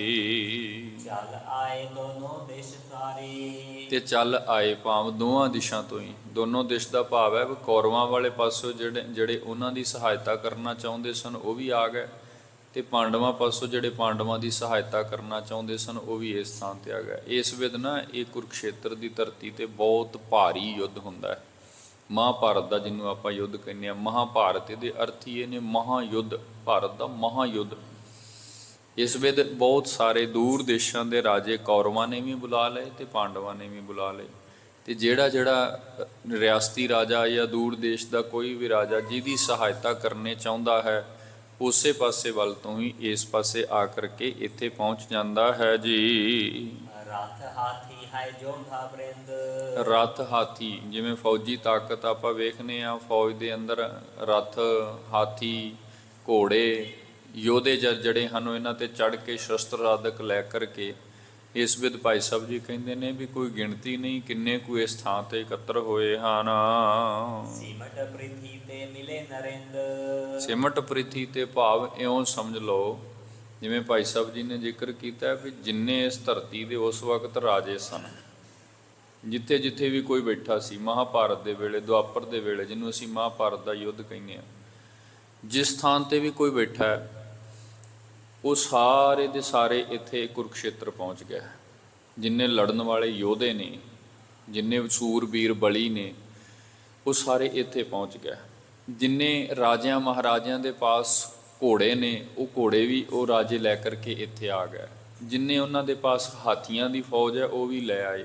ਤੇ ਜਿੰਨੇ ਜਿੰਨੇ ਰਾਜਿਆਂ ਦੇ ਰਾਜਕੋਸ਼ ਵਿੱਚ ਸ਼ਸਤਰ ਆਦਿਕ ਹੁੰਦੇ ਨੇ, ਜੋ ਜੋ ਸਮੱਗਰੀ ਜੰਗ ਦੇ ਵਿੱਚ ਲੋੜੀਂਦੀ ਹੁੰਦੀ ਹੈ, ਭਾਈ ਸਾਹਿਬ ਜੀ ਕਹਿ ਰਹੇ ਨੇ ਉਹਨਾਂ ਨੇ ਇੰਨੇ ਸਮੇਂ ਦੇ ਵਿੱਚ ਇਸ ਕੌਰਵਾਂ ਪਾਂਡਵਾਂ ਦੀ ਸਹਾਇਤਾ ਕਰਨ ਦੇ ਲਈ ਨਾ ਸਭ ਕੁਝ ਇੱਥੇ ਕੁਰੂਕਸ਼ੇਤਰ ਦੀ ਧਰਤੀ ਤੇ ਲੈ ਆਂਦਾ ਹੈ ਜੀ। ਜਰਾਸੰਧ ਕੋ ਸੁਤ ਇਸ ਦੇਸ਼।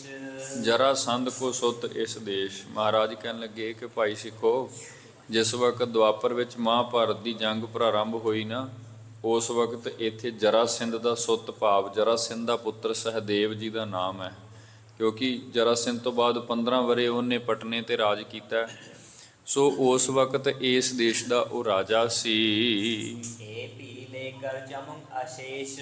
ਤੇ ਇਹ ਵੀ ਆਪਣੇ ਇਸ ਰਾਜ ਦੇ ਅੰਦਰੋਂ ਇਸ ਦੇਸ਼ ਦੇ ਵਿੱਚੋਂ ਭਾਰੀ ਫੌਜ ਲੈ ਕਰਕੇ ਕੁਰੂਕਸ਼ੇਤਰ ਪਹੁੰਚਦਾ ਹੈ। ਸੋਹਨ ਪਈ ਅਸ਼ਟ ਦਸ਼ ਅਨੀ। ਸੋਹਨ ਭਈ ਅਸ਼ਟ ਦਸ ਅਨੀ। ਇਹਦੇ ਭਾਵ ਅਰਥ ਨੇ, ਅਸ਼ਟ ਦਾ ਮਤਲਬ ਹੁੰਦਾ 8, 10 ਦਾ ਮਤਲਬ 10, ਇਹ ਗਿਣਤੀ ਦੇ ਸ਼ਬਦ ਨੇ। 8 ਤੇ 10 ਮਤਲਬ 18 ਅਨੀ। ਇਹਦੇ ਭਾਵ ਅਰਥ ਨੇ ਖੂਹਣੀ। ਜਿਵੇਂ ਪੁਰਾਣੇ ਸਮੇਂ ਵਿੱਚ ਨਾ ਫੌਜ ਦੀ ਜਦੋਂ ਕਾਊਂਟਿੰਗ ਗਿਣਤੀ ਕੀਤੀ ਜਾਂਦੀ ਸੀ ਤੇ ਉਹਨੂੰ ਖੋਹਣ ਦੇ ਵਿੱਚ ਗਿਣਿਆ ਜਾਂਦਾ ਸੀ ਵੀ ਕਿੰਨੇ ਖੂਹਣ ਫੌਜ ਹੈ। ਵੈਸੇ ਜੇ ਇਹਦਾ ਵੇਖਿਆ ਜਾਵੇ ਨਾ, ਜੋ ਸਾਨੂੰ ਪੁਰਾਤਨ ਸਰੋਤਾਂ ਦੇ ਵਿੱਚੋਂ ਪੜ੍ਹਨ ਨੂੰ ਮਿਲਦਾ ਹੈ, ਖਾਸ ਕਰਕੇ ਮਹਾਨ ਕੋਸ਼ ਦੇ ਵਿੱਚ ਭਾਈ ਸਾਹਿਬ ਭਾਈ ਕਾਹਨ ਸਿੰਘ ਜੀ ਨਾਭਾ ਹੋਰਾਂ ਨੇ ਜਿਹੜਾ ਜ਼ਿਕਰ ਕੀਤਾ ਵੀ ਇੱਕ ਖੂਹਣ ਦੇ ਅੰਦਰ ਕੋਈ 2,17,700 ਦੇ ਕਰੀਬ ਸਿਪਾਹੀ ਹੁੰਦੇ ਨੇ, ਜਿਹਦੇ ਵਿੱਚ 65,610 ਜਿਹੜੇ ਪਿਆਦੇ ਹੁੰਦੇ ਨੇ, 24,700 ਹਾਥੀ ਹੁੰਦੇ ਨੇ, 24,700 ਘੋੜਸਵਾਰ ਹੁੰਦਾ ਹੈ, ਬਾਕੀ ਦੀ ਪੈਦਲ ਫੌਜ ਹੁੰਦੀ ਹੈ। ਇਸ ਵੇਲੇ 2 ਲੱਖ ਤੋਂ ਵੱਧ ਇੱਕ ਖੂਹਣ ਦੇ ਅੰਦਰ ਫੌਜ ਹੁੰਦੀ ਹੈ। ਤੇ ਜਿਤਨੀ ਫੌਜ ਮਹਾਭਾਰਤ ਦੀ ਧਰਤੀ ਤੇ ਇਕੱਠੀ ਹੋਈ ਹੈ, ਇਹਦਾ ਜ਼ਿਕਰ ਕੀਤਾ ਅਸ਼ਟ ਦਸ ਹਨੀ, ਭਾਵ 18 ਖੂਹਣ ਫੌਜ ਜਿਹੜੀ ਉਸ ਵਕਤ ਇਹਨਾਂ ਕੌਰਵਾਂ ਤੇ ਪਾਂਡਵਾਂ ਨੇ ਇਕੱਠੀ ਕੀਤੀ। ਦੇਸ਼ਾਂ ਵਿਦੇਸ਼ਾਂ ਦੀਆਂ ਫੌਜਾਂ ਸੱਦ ਲਈਆਂ ਗਈਆਂ, ਦੂਰ ਦੂਰ ਰਾਜਿਆਂ ਦੀ। ਸੋ ਇੱਕ ਖੂਹਣ ਦੇ ਵਿੱਚ ਇੰਨੀ ਭਾਰੀ ਫੌਜ ਹੁੰਦੀ ਹੈ ਤੇ 18 ਖੂਹਣ ਫੌਜ ਜਿਹੜੀ ਕੁਰੂਕਸ਼ੇਤਰ ਦੀ ਧਰਤੀ ਤੇ ਲਾ ਲਓ ਹਿਸਾਬ ਵੀ ਕਿੰਨੇ ਕੋਹਾਂ ਤੱਕ ਜਿਹੜੇ ਸਿਪਾਹੀ ਨੇ ਜਾਂ ਫੌਜ, ਹਾਥੀ ਘੋੜੇ ਕਿੰਨੇ ਕੁ ਹੋਣਗੇ। ਕਿਉਂਕਿ ਜਿਵੇਂ ਭਾਈ ਸਾਹਿਬ ਜੀ ਨੇ ਪਿੱਛੇ ਜ਼ਿਕਰ ਕੀਤਾ ਆਪਣੀ ਇਸ ਰਚਨਾ ਵਿੱਚ, ਮਹਾਰਾਜ ਨੇ ਕਿਹਾ ਕਿ ਭਾਈ ਸਿੱਖੋ ਇਉਂ ਸਮਾਂ ਬਣ ਗਿਆ ਉਸ ਵਕਤ ਕਿ ਜਿਵੇਂ ਧਰਤੀ ਦੇ ਸਾਰੇ ਹਾਥੀ ਕੁਰੂਕਸ਼ੇਤਰ ਜੰਗ ਵਿੱਚ ਲੈ ਆਂਦੇ ਹੋਣ, ਸਾਰੇ ਘੋੜੇ ਇਕੱਠੇ ਕਰਕੇ ਇੱਥੇ ਪਹੁੰਚ ਗਏ ਜੰਗ ਵਿੱਚ, ਸਾਰੇ ਸ਼ਸਤਰ ਜਿੱਥੇ ਜਿੱਥੇ ਵੀ ਜਿੰਨੇ ਕਿਸੇ ਰਾਜੇ ਦੇ ਰਾਜ ਵਿੱਚ ਨੇ ਸਾਰੇ ਇਕੱਠੇ ਹੋ ਗਏ। ਇਸ ਵੇਲੇ ਇਤਨੀ ਭਾਰੀ ਫੌਜ ਜਿਹੜੀ ਹੈ ਦੁਆਪਰ ਦੇ ਯੁੱਗ ਅੰਦਰ ਮਹਾਭਾਰਤ ਦੇ ਵੇਲੇ ਕੁਰੂਕਸ਼ੇਤਰ ਦੀ ਧਰਤੀ ਤੇ ਇਕੱਤਰ ਹੋਈ ਹੈ। ਸ਼੍ਰੀ ਜੁਤ ਬਲ ਜੁਤ ਲੋਹੇ ਸਨੀ। ਸ਼੍ਰੀ ਜੁਤ ਬਲ ਜੁਤ, ਜਿਹੜੇ ਸੂਰਮੇ ਆਏ ਨੇ ਨਾ ਸਰੀਰ ਕਰਕੇ ਵੀ ਬੜੇ ਬਲਵਾਨ ਨੇ, ਫਿਰ ਉਹ ਸਾਰੇ ਦੇ ਸਾਰੇ ਲੋਹੇ ਵਿੱਚ ਮੜੇ ਹੋਏ ਨੇ। ਜਿਵੇਂ ਸ਼ਾਸਤਰ ਪਾਉਂਦੇ ਸਨ ਪੁਰਾਣੇ ਸਮੇਂ ਦੇ ਵਿੱਚ, ਸੰਜੋਗ ਹੁੰਦੀ ਸੀ, ਸੰਜੋਗ ਪਾ ਲੈਂਦੇ ਸਨ, ਹੋਰ ਆਪਣੀ ਜੰਗ ਦੇ ਵਿੱਚ ਸਰੀਰ ਦੀ ਰੱਖਿਆ ਦੇ ਲਈ, ਪ੍ਰੋਟੈਕਸ਼ਨ ਦੇ ਲਈ ਢਾਲਾਂ ਪਾ ਲੈਣੀਆਂ ਜਾਂ ਹੋਰ ਵੱਖਰੇ ਵੱਖਰੇ ਤਰ੍ਹਾਂ ਦੇ ਸ਼ਸਤਰ ਲਾਉਣੇ। ਇਸ ਵੇਲੇ ਇਉਂ ਸਮਝ ਲਓ ਵੀ ਇਹ ਸੂਰਮੇ ਹਾਥੀ ਘੋੜੇ ਉਹਨਾਂ ਦੇ ਸਰੀਰ ਤੇ ਲੋਹਾ ਬੰਨ੍ਹ ਦੇਣਾ, ਇਹ ਲੋਹੇ ਦੇ ਵਿੱਚ ਹੀ ਸਾਰੇ ਮੜੇ ਹੋਏ ਹਨ। ਕਿਰਿਆ ਕਾਲ ਕੀ ਐਸੀ ਪਈ। ਲੇਕਿਨ ਮਹਾਰਾਜ ਕਹਿਣ ਲੱਗੇ ਕਿ ਭਾਈ ਸਿੱਖੋ ਉਸ ਵਕਤ ਨਾ ਫਿਰ ਸਮੇਂ ਦੀ ਖੇਡ ਐਸੀ ਬਣ ਗਈ, ਕਿਰਿਆ ਕਾਲ ਕੀ ਐਸੀ ਪਈ, ਕਿਉਂਕਿ ਕੋਈ ਸਮਾਂ ਹੀ ਸੀ ਜਿਸ ਵਕਤ ਇੰਨਾ ਭਾਰੀ ਜੰਗ ਹੋਇਆ। ਸਮੇਂ ਦੀ ਖੇਡ ਐਸੀ ਉਸ ਵਕਤ ਬਣੀ ਹੈ ਜੀ। ਲੜਤ ਪਰਸਪਰ ਸਭ ਮਰ ਗਈ। ਇਤਨਾ ਭਿਅੰਕਰ ਜੰਗ ਪ੍ਰਾਰੰਭ ਹੋ ਗਿਆ ਕਿ ਇਤਨੀ ਭਾਰੀ ਫੌਜ 18 ਖੂਹਣ ਫੌਜ ਜਿਹੜੀ ਸੀ ਉਹ ਸਾਰੇ ਦੀ ਸਾਰੀ ਲੜਦੀ ਹੋਈ, ਆਪਸ ਵਿੱਚ ਭਿੜਦੀ ਹੋਈ, ਕੁਝ ਦਿਨਾਂ ਦੇ ਵਕਫੇ ਦੇ ਵਿੱਚ ਹੀ ਸਾਰੇ ਦੀ ਸਾਰੀ ਮੁੱਕ ਗਈ, ਖਤਮ ਹੋ ਗਈ ਹੈ। ਕਹਾਂ ਮਰਿਓ ਸਹਦੇਵ ਸੋ ਜਾਏ। ਮਹਾਰਾਜ ਕਹਿਣ ਲੱਗੇ ਕਿ ਭਾਈ ਉਸ ਵਕਤ ਦੁਆਪਰ ਵੇਲੇ ਜਿਹੜਾ ਇਸ ਦੇਸ਼ ਦਾ ਰਾਜਾ ਸੀ ਨਾ ਸਹਦੇਵ, ਉਹ ਵੀ ਫਿਰ ਕੁਰੂਕਸ਼ੇਤਰ ਦੀ ਧਰਤੀ ਤੇ ਫੌਜ ਲੈ ਕੇ ਗਿਆ ਸੀ ਕੌਰਵਾਂ ਦੀ ਹਮਾਇਤ ਕਰਨ ਦੇ ਲਈ, ਲੇਕਿਨ ਭਿਅੰਕਰ ਯੁੱਧ ਦੇ ਵਿੱਚ ਫੌਜ ਸਮੇਤ ਹੀ ਮਾਰਿਆ ਗਿਆ। ਇਸੀ ਦੇਸ਼ ਕੋ ਭੂਪ ਕਹਾਏ। ਉਸ ਵਕਤ ਉਹ ਇਸ ਦੇਸ਼ ਦਾ ਰਾਜਾ ਅਖਵਾਉਂਦਾ ਸੀ, ਕਿਉਂਕਿ ਪੁਰਾਤਨ ਸ਼ਹਿਰ ਹੈ ਨਾ ਪਟਨਾ, ਤੇ ਪਿਛਲੇ ਸਮੇਂ ਤੋਂ ਜਦੋਂ ਤੋਂ ਵਸਦਾ ਆਉਂਦਾ ਹੈ। ਪੁਰਾਣਿਕ ਹਵਾਲਿਆਂ ਵਿੱਚ ਜਿਹੜੀ ਕਥਾ ਲਿਖੀ ਹੈ ਭਾਈ ਸਾਹਿਬ ਜੀ ਨੇ ਉਹਦਾ ਜ਼ਿਕਰ ਕੀਤਾ। ਜਿਵੇਂ ਉੱਥੇ ਮਹਾਰਾਜ ਕੇ ਦੀਵਾਨ ਵਿੱਚ ਬਹਿ ਕੇ ਗੱਲ ਚੱਲੀ ਤੇ ਸਿੱਖਾਂ ਨੇ ਬੇਨਤੀ ਕਰ ਲਈ ਵੀ ਗੁਰਦੇਵ ਦੱਸੋ, ਤੇ ਉਹ ਮਹਾਰਾਜ ਨੇ ਫਿਰ ਆਪਣੇ ਪਾਵਨ ਮੁਖ ਤੋਂ ਜੋ ਇਤਿਹਾਸ ਦਾ ਹਵਾਲਾ ਸੀ ਸੁਣਾ ਦਿੱਤਾ ਕਿ ਭਾਈ ਇੱਦਾਂ ਇਸ ਦੇਸ਼ ਦਾ ਰਾਜਾ ਜਿਹੜਾ ਸਹਿਦੇਵ ਸੀ ਉਹ ਕਿਸੇ ਵਕਤ ਕੁਰੂਕਸ਼ੇਤਰ ਦੀ ਧਰਤੀ ਦੇ ਵਿੱਚ ਜੰਗ ਲੜਦਾ ਹੋਇਆ ਖਤਮ ਹੋ ਗਿਆ। ਪਰ ਕਹਾਂ ਲਗ ਗਿਣਤੀ ਕਰੀਏ। ਤੇ ਉਸ ਤੋਂ ਬਾਅਦ ਫਿਰ ਵੇਖੋ ਕਹਿਣ ਲੱਗੇ ਹੁਣ ਕਿੰਨੀ ਕੁ ਗਿਣਤੀ ਕਰੀਏ, ਕਿਉਂਕਿ ਰਾਜੇ ਮਹਾਰਾਜੇ ਅਕਸਰ ਇਦਾਂ ਇਹ ਚੱਲਦਾ ਹੀ ਰਹਿੰਦਾ ਰਾਜ ਕਰਨ ਦੇ ਲਈ। ਇੱਕ ਜਾਂਦਾ ਹੈ, ਪਿੱਛੇ ਕੋਈ ਹੋਰ ਬਣ ਜਾਂਦਾ ਹੈ, ਉਹ ਵੀ ਕਿਸੇ ਨਾ ਕਿਸੇ ਬਹਾਨੇ ਨਾਲ ਖਤਮ ਹੋ ਜਾਂਦਾ, ਪਿੱਛੇ ਕੋਈ ਹੋਰ ਹੋ ਜਾਂਦਾ। ਇੱਦਾਂ ਇਸ ਧਰਤੀ ਦਾ ਰਾਜ, ਦੇਸ਼ਾਂ ਦੇ ਰਾਜ, ਖਿੱਤਿਆਂ ਦੇ ਰਾਜ ਸदैव ਚੱਲਦੇ ਆਏ ਹਨ। ਅਨੇਕ ਨਿਰਪਤ ਭੇ ਕੌਣ ਉਚਰੀਐ। ਅਨੇਕ ਨਿਰਪਤ ਭਏ, ਭਾਵ ਇੱਕ ਆਦ ਨਹੀਂ ਹੈ, ਇੱਕ ਅਨੇਕਾਂ ਰਾਜੇ। ਹੁਣ ਵੇਖੋ ਅਸੀਂ ਇਸ ਹਿੰਦੁਸਤਾਨ ਦੇਸ਼ ਵਿੱਚ ਬੈਠੇ ਹਾਂ, ਕੋਈ ਇੱਕ ਰਾਜਾ ਥੋੜ੍ਹਾ ਨਾ ਰਿਹਾ ਇਹਦਾ। ਕੋਈ ਵੇਲਾ ਸੀ ਇੱਥੇ ਅਕਬਰ ਰਾਜ ਕਰਦਾ, ਜਹਾਂਗੀਰ ਬੈਠਾ ਉਸੇ ਤਖਤ 'ਤੇ, ਸ਼ਾਹਜਹਾਂ ਬੈਠਾ, ਔਰੰਗਜ਼ੇਬ ਬੈਠਾ, ਫਿਰ ਹੋਰ ਪਤਾ ਨਹੀਂ ਇਸਲਾਮੀ ਕਿੰਨੇ ਕੁ ਬੈਠੇ, ਫਿਰ ਹੋਰ ਅੰਗਰੇਜ਼ ਰਾਜ ਆਇਆ, ਖਾਲਸਾ ਰਾਜ ਵੀ ਰਿਹਾ। ਅੱਜ ਜਿਸ ਮੌਜੂਦਾ ਸਮੇਂ ਵਿੱਚ ਵੇਖਦੇ ਹਾਂ, ਇਹ ਕਿਹੜੇ ਸਦੀਵ ਹੈਗੇ ਨੇ। ਇੱਕ ਦਿਨ ਆਵੇਗਾ ਇਹਨਾਂ ਵੀ ਮੁੱਕ ਜਾਣਾ, ਕੋਈ ਹੋਰ ਬੈਠਾ ਹੋਏਗਾ। ਸੋ ਇਸ ਵਿਧ ਰਾਜਿਆਂ ਦੇ ਜਿਹੜੇ ਰਾਜ ਹੁੰਦੇ ਨੇ ਨਾ, ਇਹ ਚੱਲਦੇ ਹੀ ਰਹਿੰਦੇ ਨੇ, ਅਨੇਕਾਂ ਆਉਂਦੇ ਨੇ, ਅਨੇਕਾਂ ਜਾਂਦੇ ਨੇ, ਇਹਨਾਂ ਦੀ ਗਿਣਤੀ ਕਰਨੀ ਅਸੰਭਵ ਹੈ ਜੀ। ਜਰਾਸੰਧ ਜੋ ਮੁਖਿਆ ਭਇਓ ਹੈ। ਇਹ ਲੇਕਿਨ ਜਿਹੜਾ ਮੁਖਿਆ ਜ਼ੁਲਮੀ ਰਾਜਾ ਜਿਹੜਾ ਗਿਣਿਆ ਜਾਂਦਾ ਸੀ ਜਰਾਸੰਧ, ਉਹਦਾ ਜਿਹੜਾ ਪ੍ਰਮਾਣਿਕ ਹਵਾਲਾ ਜਿਹੜਾ ਹੈ ਪੁਰਾਣਿਆਂ ਗ੍ਰੰਥਾਂ ਵਿੱਚੋਂ ਮਿਲ ਜਾਂਦਾ। ਕਿਉਂਕਿ ਜਦੋਂ ਕੋਈ ਰਾਜਾ ਕੁਝ ਵੱਖਰਾ ਕਰ ਦੇਵੇ ਨਾ, ਜੇ ਤਾਂ ਉਹ ਸੱਤਵਾਦੀ ਹੈ ਤੇ ਚੰਗਾ ਕੰਮ ਕਰਦਾ, ਤੇ ਉਹ ਵੀ ਗ੍ਰੰਥਾਂ 'ਚ ਗੱਲ ਲਿਖੀ ਜਾਂਦੀ ਹੈ। ਜਿਵੇਂ ਰਾਜਾ ਹਰੀਸ਼ ਚੰਦ, ਅੱਜ ਵੀ ਕਿਤੇ ਗੱਲ ਚੱਲਦੀ ਹੈ, ਰਾਜਾ ਜਨਕ, ਉਹਨਾਂ ਦੇ ਸਾਨੂੰ ਬਿਰਤਾਂਤ ਪੜ੍ਹਨ ਨੂੰ ਮਿਲ ਜਾਂਦੇ ਨੇ, ਕਿਉਂਕਿ ਉਹਨਾਂ ਆਪਣੀ ਜ਼ਿੰਦਗੀ 'ਚ ਨੇਕ ਕਰਮ ਕੀਤੇ ਨੇ, ਉਹ ਲਿਖਿਆ ਜਾਂਦਾ ਹੈ, ਇਤਿਹਾਸ ਬਣ ਜਾਂਦਾ। ਫਿਰ ਦੂਜੇ ਪੱਖ 'ਤੇ ਜਦੋਂ ਕੋਈ ਬਹੁਤਾ ਮਾੜਾ ਕਰਮ ਕਰਦਾ ਰਾਜਾ, ਬਹੁਤਾ ਹੀ ਆਪਣੀ ਜਿਹੜੀ ਪ੍ਰਜਾ ਹੈ ਉਹਦੇ ਨਾਲ ਅਨਿਆਂ ਕਰੇ, ਜ਼ੁਲਮ ਕਰੇ, ਉਹ ਵੀ ਯਾਦ ਰਹਿੰਦਾ, ਉਹ ਵੀ ਲਿਖ ਦਿੱਤਾ ਜਾਂਦਾ। ਜਿਵੇਂ ਔਰੰਗਜ਼ੇਬ ਹੋਇਆ, ਹਿਟਲਰ ਹੋਇਆ, ਮੁਸੋਲਿਨੀ, ਹੋਰ ਬਹੁਤ ਸਾਰੇ ਐਸੇ ਡਿਕਟੇਟਰ ਰਾਜੇ ਹੋਏ ਜਿਨ੍ਹਾਂ ਦੇ ਬਿਰਤਾਂਤ, ਕਿਉਂ ਉਹਨਾਂ ਨੇ ਕੁਝ ਐਸਾ ਕੀਤਾ, ਇੰਨਾ ਜ਼ੁਲਮ ਕੀਤਾ, ਇੰਨਾ ਪ੍ਰਜਾ ਨੂੰ ਸਤਾਇਆ, ਇੰਨਾ ਦੁੱਖ ਦਿੱਤਾ। ਫਿਰ ਕੋਈ ਨਾ ਕੋਈ ਇਤਿਹਾਸਕਾਰ ਉੱਠ ਕੇ ਉਹ ਸਾਰੇ ਬਿਰਤਾਂਤ ਕਿਸੇ ਨਾ ਕਿਸੇ ਰੂਪ 'ਚ ਸਾਂਭ ਦਿੰਦਾ, ਤਾਂ ਜੋ ਆਉਣ ਵਾਲੇ ਸਮੇਂ ਦੇ ਵਿੱਚ ਇੱਕ ਤਾਂ ਉਸ ਇਤਿਹਾਸ ਤੋਂ ਸੇਧ ਲੈ ਲਈ ਜਾਵੇ, ਤੇ ਇੱਕ ਪਤਾ ਲੱਗ ਜਾਵੇ ਵੀ ਐਸੇ ਐਸੇ ਭੈੜੇ ਮਨੁੱਖ ਵੀ ਇਹਨਾਂ ਤਖਤਾਂ ਦੇ ਉੱਪਰ ਬੈਠੇ ਹਨ। ਨਿਕਟ ਕਾਲ ਮਹਿ ਕਹਿ ਸੋ ਗਇਓ ਹੈ। ਹਾਂ, ਜਰਾਸੰਧ ਦਾ ਜ਼ਿਕਰ ਸਾਨੂੰ ਪੁਰਾਣੇ ਗ੍ਰੰਥਾਂ ਵਿੱਚ ਮਿਲਣ ਨੂੰ, ਪੜ੍ਹਨ ਨੂੰ ਮਿਲਦਾ ਹੈ, ਜਿਹੜਾ ਮਹਾਰਾਜ ਨੇ ਸੁਣਾਇਆ ਕਿ ਵੇਖੋ ਹੋਏ ਤਾਂ ਹੋਰ ਬਹੁਤ ਹੋਣਗੇ। ਹਾਲਾਂਕਿ ਉਸ ਵਕਤ ਨਾਮ ਪਟਨਾ ਨਹੀਂ ਹੈ, ਉਸ ਵਕਤ ਪਹਿਲਾਂ ਨਾਮ ਇਹਦਾ ਪਾਟਲੀ ਪੁੱਤਰ ਮਿਲਦਾ ਹੈ, ਸ਼ਹਿਰ ਦਾ ਨਾਮ। ਸੋ ਇੱਦਾਂ ਨਾ ਜਰਾ ਸਿੰਘ ਦਾ ਜਿਹੜਾ ਜ਼ਿਕਰ ਹੈ ਉਹ ਤਾਂ ਪੁਰਾਣਿਕ ਹਵਾਲਿਆਂ ਵਿੱਚੋਂ ਪੜ੍ਹਨ ਨੂੰ ਮਿਲਦਾ ਹੈ, ਜਾਂ ਅੱਗੇ ਉਹਦਾ ਪੁੱਤਰ ਸਹਿਦੇਵ। ਹੁਣ ਸਹਿਦੇਵ ਤੋਂ ਬਾਅਦ ਕੌਣ ਬਣਿਆ, ਕਿਵੇਂ ਚੱਲਿਆ, ਇਹ ਅੱਗੇ ਫਿਰ ਇੱਕ ਲੰਬੇਰਾ ਇਤਿਹਾਸ ਦੀ ਕੜੀ ਬਣ ਜਾਂਦੀ ਹੈ। ਲੇਕਿਨ ਬਹੁਤਾ ਜਿਹੜਾ ਜ਼ਿਕਰ ਹੈ ਜਰਾ ਸਿੰਘ ਦਾ ਹੀ ਹੁੰਦਾ ਹੈ।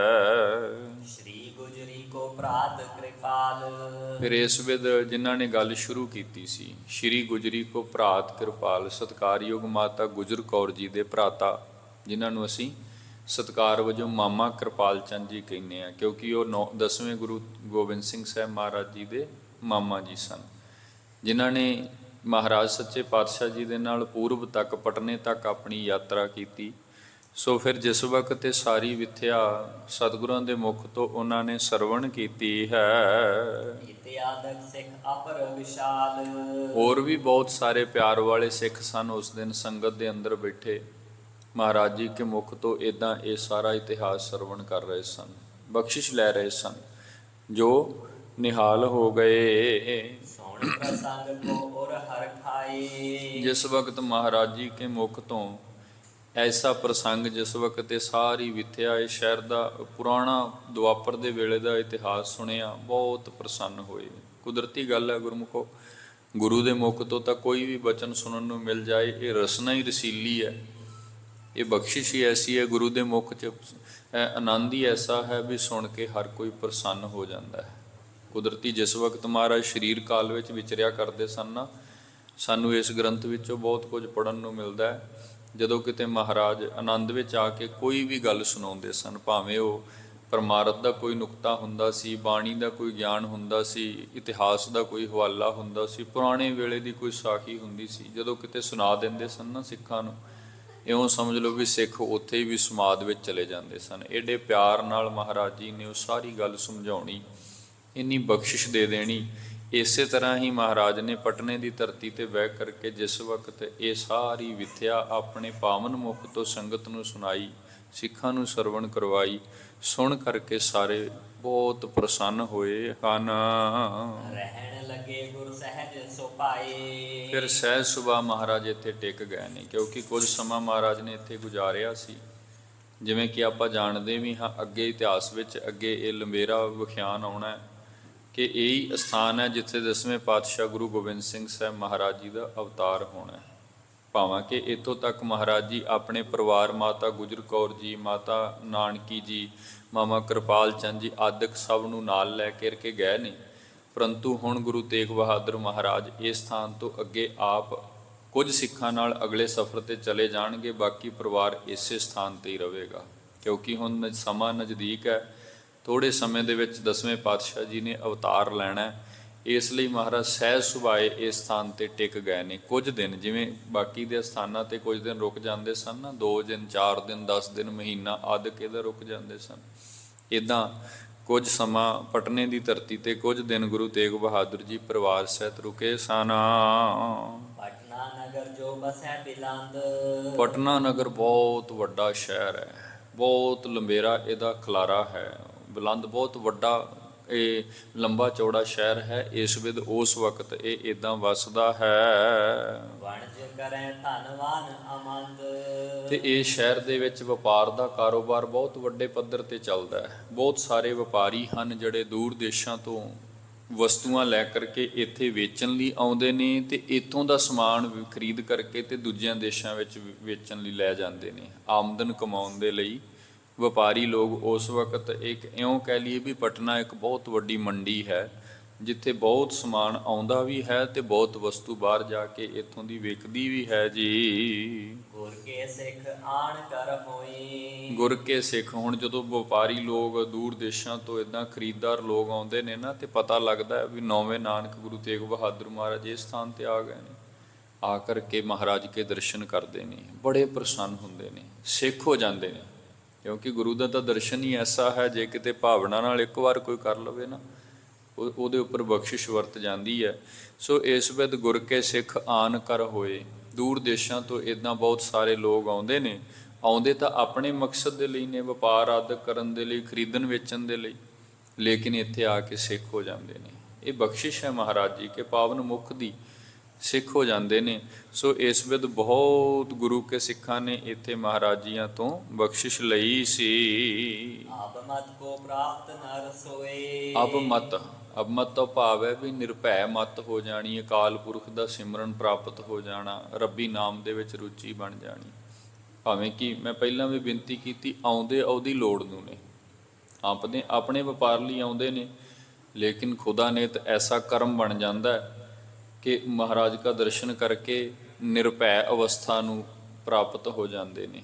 ਇਹ ਸੁਭਾਵਿਕ ਜੀ ਗੱਲ ਹੈ। ਅੱਜ ਦੀ ਵੀ ਜੇ ਅਸੀਂ ਗੱਲ ਕਰੀਏ ਨਾ, ਤੇ ਅਸੀਂ ਜਿੰਨੇ ਵੀ ਸਿੱਖ ਹਾਂ, ਅਸੀਂ ਗੁਰੂ ਨੂੰ ਮਿਲਣ ਬਹੁਤ ਘੱਟ ਆਉਂਦੇ ਹਾਂ।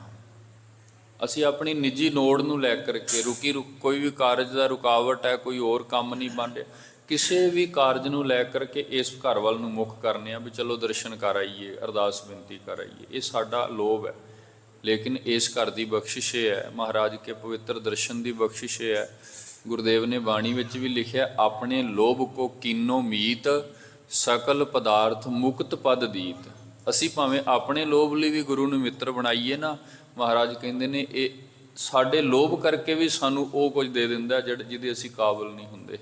ਇਸ ਕਰਕੇ ਅਭਵਤ ਕੋ ਪ੍ਰਾਪਤ ਸਭ ਹੋਏ, ਉਹ ਸਾਰੇ ਦੇ ਸਾਰੇ ਪਰਮ ਗਤੀ ਨੂੰ ਪ੍ਰਾਪਤ ਹੋ ਗਏ ਹਨ। ਦਰਸ਼ਨ ਕਰੇ ਉਪਾਇਨ ਅਰਪੈ। ਇਸ ਵਿਦ ਬਹੁਤ ਸਾਰੀ ਸੰਗਤ ਦੂਰ ਨੇੜੇ ਤੋਂ ਆਏ ਹੋਏ ਮਾਈ ਭਾਈ ਸਿੱਖ ਮਹਾਰਾਜ ਜੀ ਦਾ ਦਰਸ਼ਨ ਕਰਦੇ ਹਨ ਤੇ ਭੇਟਾਵਾਂ ਆਦਿਕ ਭੇਟ ਕਰਦੇ ਹਨ। ਵਾਰ ਕੋ ਲਹਿ ਸ਼ਰਾਪ ਤੇ ਡਰ ਪਹਿ। ਮਹਾਰਾਜ ਜੀ ਕੇ ਮੁਖ ਤੋਂ ਵਰ ਲੈਂਦੇ ਨੇ। ਵਰ ਲੈਣਾ, ਬਚਨ ਲੈ ਲੈਣਾ। ਪ੍ਰਸੰਨ ਹੋ ਕੇ ਗੁਰੂ ਕਿਸੇ ਨੂੰ ਅਸੀਸ ਦੇ ਦੇਵੇ ਨਾ, ਇਹ ਸਮਝਣਾ ਗੁਰਮੁਖੋ ਉਹ ਵਰ ਹੀ ਹੁੰਦਾ ਹੈ। ਪ੍ਰਸੰਨ ਹੋ ਕੇ ਗੁਰੂ ਕਹਿ ਦੇਵੇ ਨਾ ਵੀ ਜਾ ਸਿੱਖਾ ਤੇਰੇ ਕਾਰਜ 'ਚ ਕਦੇ ਰੁਕਾਵਟ ਨਹੀਂ ਆਵੇਗੀ, ਉਹ ਵਾਰੀ ਹੁੰਦਾ। ਪ੍ਰਸੰਨ ਹੋ ਕੇ ਗੁਰੂ ਕਹਿ ਦੇਵੇ ਜਾ ਸਿੱਖਾ ਨਿਹਾਲ, ਕਿਸੇ ਗੱਲ ਦੀ ਕਮੀ ਨਹੀਂ ਰਹੇਗੀ, ਉਹ ਗੁਰੂ ਦਾ ਦਿੱਤਾ ਵਾਰੀ ਹੁੰਦਾ। ਤੇ ਕਈ ਵਾਰ ਐਸਾ ਵੀ ਹੋ ਜਾਂਦਾ, ਉਹ ਗੁਰੂ ਦਾ ਕੋਈ ਬਚਨ ਐਸਾ ਹੁੰਦਾ ਜਿਹੜਾ ਸਰਾਪ ਵੀ ਬਣ ਕੇ ਲੱਗ ਜਾਂਦਾ। ਕਿਉਂਕਿ ਜੇ ਕਿਤੇ ਅਸੀਂ ਗੁਰੂ ਦੀ ਆਗਿਆ ਦੇ ਅਵਰੁੱਧ ਉਲਟਾ ਕੁਝ ਕਰ ਦਈਏ, ਕੋਈ ਦੂਜੇ ਤਰੀਕੇ ਨਾਲ ਮਹਾਰਾਜ ਨਹੀਂ ਚਾਹੁੰਦੇ, ਕੋਈ ਕਪਟ ਕਰ ਦੇਵੇ, ਕੋਈ ਧੋਖਾ ਕਰ ਲਵੇ, ਗੁਰੂ ਨਾਲ ਵੀ ਕਈ ਵਾਰੀ ਗੁਰੂ ਦੀ ਨਿੰਦਾ ਕਰ ਦਈਏ, ਉਹ ਵੀ ਉੱਥੇ ਬਚਨ ਹੋ ਜਾਂਦਾ, ਉਹ ਬਚਨ ਸ਼ਰਾਪ ਵੀ ਲੱਗ ਜਾਂਦਾ। ਇਸ ਲਈ ਜਿਹੜੀ ਵੀ ਸੰਗਤ ਆਉਂਦੀ ਹੈ, ਇੱਛਾ ਇਹ ਹੈ ਵੀ ਮਹਾਰਾਜ ਜੀ ਕੇ ਮੁਖ ਤੋਂ ਸ਼ੁਭ ਬਚਨ ਹੋ ਜਾਏ, ਵਰ ਮਿਲ ਜਾਏ। ਐਸਾ ਕੁਝ ਨਾ ਕਰ ਬੈਠੀਏ ਜਿਹਦੇ ਕਰਕੇ ਮਹਾਰਾਜ ਜੀ ਦਾ ਬਚਨ ਜਿਹੜਾ ਸਾਨੂੰ ਸ਼ਰਾਪ ਬਣ ਕੇ ਲੱਗ ਜਾਏ ਜੀ। ਕੋ ਪ੍ਰਾਪਤ ਹੋਏ ਸਤਨਾਮ। ਤੇ ਬਹੁਤ ਸਾਰੇ ਭਾਗਾਂ ਵਾਲੇ ਗੁਰਮੁਖ ਐਸੇ ਨੇ ਜਿਹੜੇ ਗੁਰੂ ਕਾ ਦਰਸ਼ਨ ਕਰਨ ਆਉਂਦੇ ਨੇ, ਸੇਵਾ ਕਰਕੇ ਸਤਨਾਮ ਪ੍ਰਾਪਤ ਕਰ ਲੈਂਦੇ ਨੇ। ਕਿਉਂਕਿ ਸਤਨਾਮ ਦਾ ਪ੍ਰਾਪਤ ਹੋਣਾ ਗੁਰਮੁਖੋ ਕੀ ਹੈ? ਰੱਬੀ ਨਾਮ ਦਾ ਸਿਮਰਨ ਮਨੁੱਖ ਨੂੰ ਪ੍ਰਾਪਤ ਹੋ ਜਾਣਾ, ਵਾਹਿਗੁਰੂ ਨਾਮ ਦਾ ਮੰਤਰ ਪ੍ਰਾਪਤ ਹੋ ਜਾਣਾ। ਕਈ ਗੁਰਮੁਖ ਐਸੇ ਨੇ ਜਿਹੜੇ ਦਰਸ਼ਨ ਕਰਕੇ, ਸੇਵਾ ਕਰਕੇ ਮਹਾਰਾਜ ਜੀਆਂ ਤੋਂ ਇਹ ਦਾਤ ਲੈ ਰਹੇ ਹਨ। ਹੋ ਜਾਚਤ ਪ੍ਰੇ ਪੁੱਤਰਨ ਧਾਮ। ਤੇ ਕੁਝ ਐਸੇ ਵੀ ਨੇ, ਕੋ ਜਾਚਤ, ਕਈ ਯਾਚਨਾ ਕਰਦੇ ਨੇ, ਅਰਦਾਸਾਂ ਕਰਦੇ ਨੇ ਮਹਾਰਾਜ ਪ੍ਰਿਆ ਦਾ ਭਾਵ ਅਰਥ ਪਤਨੀ, ਪੁੱਤਰਨ, ਧਾਮ, ਘਰ ਮਿਲ ਜਾਏ, ਆਨੰਦ ਕਾਰਜ ਹੋ ਜਾਏ, ਪੁੱਤਰ ਦੀ ਦਾਤ ਮਿਲ ਜਾਏ। ਜਿਵੇਂ ਬਾਣੀ ਵਿੱਚ ਵੀ ਅਸੀਂ ਪੜ੍ਹਦੇ ਹਾਂ, ਮਹਾਰਾਜ ਜੀ ਦੇ ਘਰੋਂ ਇਹ ਸਭ ਦਾਤਾਂ ਮਿਲਦੀਆਂ ਨੇ, ਦੂਧ ਪੂਤ ਕੇ ਦਵਈਆ ਕੇ ਦੁਮਾਨੀ ਮਹਾਮਾਨ ਹੋ। ਸੋ ਇਸ ਵਿਧ ਆਪਣੀਆਂ ਆਪਣੀਆਂ ਲੋੜਾਂ ਨੂੰ ਮੁੱਖ ਰੱਖ ਕੇ ਬਹੁਤ ਸਾਰੀ ਸੰਗਤ ਆਪਣੀ ਭਾਵਨਾ ਅਨੁਸਾਰ ਗੁਰੂ ਤੋਂ ਇਹ ਸਭ ਦਾਤਾਂ ਪ੍ਰਾਪਤ ਕਰ ਰਹੇ ਸਨ। ਧਨ ਅਰੋਗ ਕੋ ਚਾਹਤ ਕੋਈ। ਬਹੁਤ ਸਾਰੇ ਤਨ ਦੀ ਅਰੋਗਤਾ ਲਈ ਅਰਦਾਸਾਂ ਬੇਨਤੀਆਂ ਕਰਦੇ ਹਨ। ਕੇਤਕ ਲక్ష్ਮੀ ਕੋ ਬਰ ਲਈ। ਤੇ ਬਹੁਤ ਸਾਰੇ ਧਨ ਦੇ ਲਈ ਵੀ ਵਰ ਲੈਂਦੇ ਸਨ, ਕਿਉਂਕਿ ਇਹ ਵੀ ਮਹਾਰਾਜ ਜੀ ਕੇ ਘਰੋਂ ਹੀ ਮਿਲਦਾ ਹੈ। ਆਪਾਂ ਬਾਣੀ ਵਿੱਚ ਵੀ ਪੜ੍ਹਦੇ ਹਾਂ, ਜਿਸ ਧਨ ਕੋ 4 ਕੁੰਟ ਉਠ ਧਾਵੈ, ਸੋ ਧਨ ਹਰ ਸੇਵਾ ਤੇ ਪਾਵੈ। ਜਿਸ ਸੁਖ ਕੋ ਨਿਤ ਬਾਛੈ ਮੀਤ, ਸੋ ਸੁਖ ਸਾਧੂ ਸੰਗ ਪ੍ਰੀਤ। ਜਿਸ ਸੋਭਾ ਕੋ ਕਰੈ ਭਲੀ ਕਰਨੀ, ਸਾ ਸੋਭਾ ਭਜ ਹਰ ਕੀ ਸਰਣੀ। ਅਨੇਕ ਉਪਾਵੀ ਰੋਗ ਨਾ ਜਾਏ, ਰੋਗ ਮਿਟੈ ਹਰ ਔਖਦ ਲਾਏ। ਇਸ ਵਿਧ ਨਾ ਜਿਹਨੂੰ ਜਿਹੜੀ ਲੋੜ ਹੈ, ਕੋਈ ਨੂੰ ਧਨ ਚਾਹੀਦਾ ਧਨ ਮਿਲ ਜਾਂਦਾ, ਪੁੱਤਰ ਚਾਹੀਦਾ ਪੁੱਤਰ ਮਿਲ ਜਾਂਦਾ, ਦੁੱਧ ਚਾਹੀਦਾ ਦੁੱਧ ਮਿਲ ਜਾਂਦਾ। ਤੇ ਜੇ ਕਿਸੇ ਨੂੰ ਸਭ ਤੋਂ ਸਰਵੋਤਮ ਦਾਤ ਨਾਮ ਚਾਹੀਦਾ, ਲਿਵ ਚਾਹੀਦੀ ਹੈ, ਉਸ ਨੂੰ ਮਹਾਰਾਜ ਜੀ ਦੇ ਘਰੋਂ ਇਹ ਦਾਤ ਵੀ ਪ੍ਰਾਪਤ ਹੁੰਦੀ ਹੈ। ਹੋ ਜਾਚੈ ਗੁਰ ਤੇ ਚਿਤ ਲਾਈ। ਲੇਕਿਨ ਮਿਲਦਾ ਉਸ ਨੂੰ ਹੈ ਜਿਹੜਾ ਚਿੱਤ ਲਾ ਕੇ ਗੁਰੂ ਅੱਗੇ ਅਰਦਾਸ ਕਰੇ, ਯਾਚਨਾ ਕਰੇ, ਚਿੱਤ ਲਾ ਕੇ। ਇਹ ਪੰਕਤੀ ਮੇਰਾ ਖਿਆਲ ਹੈ ਸਾਡੇ ਲਈ ਬੜੀ ਸਮਝਣ ਵਾਲੀ ਹੈ, ਕਿਉਂਕਿ ਅੱਜ ਦੇ ਸਮੇਂ 'ਚ ਨਾ ਮੈਂ ਬੇਨਤੀ ਕਰਾਂ, ਸਿੱਖ ਅਰਦਾਸ ਕਰ ਰਿਹਾ, ਆਪ ਨਹੀਂ ਕਰਦਾ, ਭਾਈ ਸਾਹਿਬ ਨੂੰ ਕਹਿ ਦਿੰਦਾ ਜੀ ਤੁਸੀਂ ਕਰੋ। ਚਲੋ ਭਾਈ ਸਾਹਿਬ ਅਰਦਾਸ ਕਰਨ ਲੱਗਦੇ ਨੇ, ਆਪ ਪਿਛਲੇ ਪਾਸੇ ਫੋਨ ਤੇ ਲੱਗਾ ਹੁੰਦਾ, ਹੋਰ ਹੀ ਪਾਸੇ ਕੁਝ ਹੋਰ ਹੀ ਖੇਡਾਂ ਖੇਡ ਰਿਹਾ ਹੁੰਦਾ, ਧਿਆਨ ਹੀ ਨਹੀਂ। ਇਹ ਕਿਹੜੀ ਅਰਦਾਸ ਹੋਈ ਭਾਈ ਗੁਰਮੁਖੋ? ਪਹਿਲੀ ਗੱਲ ਤਾਂ ਇਹ ਹੈ, ਗੁਰਮਤਿ ਦਾ ਵਿਧਾਨ ਇਹ ਕਹਿੰਦਾ ਵੀ ਸਿੱਖ ਨੂੰ ਆਪਣੀ ਅਰਦਾਸ ਆਪ ਕਰਨੀ ਚਾਹੀਦੀ ਹੈ ਤੇ ਚਿੱਤ ਲਾ ਕੇ। ਏ ਮਨ ਹਰਿ ਜੀ ਧਿਆਏ ਤੂੰ, ਇੱਕ ਮਨ ਇੱਕ ਚਿੱਤ ਭਾਏ, ਹਰਿ ਕੀਆਂ ਸਦਾ ਸਦਾ ਵਡਿਆਈਆਂ ਦੇ ਨਾ ਪਛੋ ਧਿਆਏ। ਇਸ ਕਰਕੇ ਜਿਹੜੇ ਵੀ ਸਿੱਖ ਮਹਾਰਾਜ ਕੇ ਚਰਨਾਂ ਵਿੱਚ ਚਿੱਤ ਲਾ ਕੇ ਯਾਚਨਾ ਕਰਦੇ ਨੇ, ਅਰਦਾਸ ਕਰਦੇ ਨੇ, ਅਵਸ਼ ਪੂਰੀ ਹੁੰਦੀ ਹੈ। ਅੰਤ ਕਾਲ ਮੈਂ ਹੋਏ ਸਹਾਈ। ਤੇ ਬਹੁਤੇ ਇਹ ਵੀ ਅਰਦਾਸ ਕਰਦੇ ਨੇ ਕਿ ਦਾਤਾ ਜੀ ਅੰਤ ਕਾਲ ਵੇਲੇ ਸਾਡੀ ਸਹਾਇਤਾ ਕਰਨਾ, ਭਾਵ ਜਿਸ ਵਕਤ ਮੌਤ ਨੇ ਆਉਣਾ ਹੈ, ਸਰੀਰ ਦੇ ਪ੍ਰਾਣ ਛੁੱਟਣੇ ਨੇ। ਸੁਣੀਦਾ ਹੈ, ਬਾਣੀ ਵਿੱਚ ਵੀ ਲਿਖਿਆ ਮਹਾਰਾਜ ਨੇ, ਬੜਾ ਔਖਾ ਵੇਲਾ, ਜਿੰਦ ਨਮਾਣੀ ਕੱਢੀਏ ਹੱਡਾਂ ਕੂ ਕੜਕਾਏ, ਜਿੰਦ ਵਹੋਟੀ ਮਰਨ ਵਰ ਲੈ ਜਾਸੀ ਪਰਨਾਏ। ਬੜਾ ਔਖਾ ਵੇਲਾ, ਜਿਤ ਦਿਨ ਦੇਹ ਵਿਨਾਸ਼ ਸੀ ਤਿਤ ਵੇਲਾ ਕੈਸਨ ਪ੍ਰੇਤ। ਬੜੇ ਬਚਨ ਨੇ ਬਾਣੀ ਅੰਦਰ। ਸੋ ਭਾਵਨਾ ਵਾਲੇ ਗੁਰਸਿੱਖ ਇਹ ਵੀ ਅਰਦਾਸ ਕਰਦੇ ਨੇ, ਗਰੀਬ ਨਵਾਜ, ਜਿਸ ਵਕਤ ਅਖੀਰਲਾ ਸਮਾਂ ਆਵੇ ਨਾ,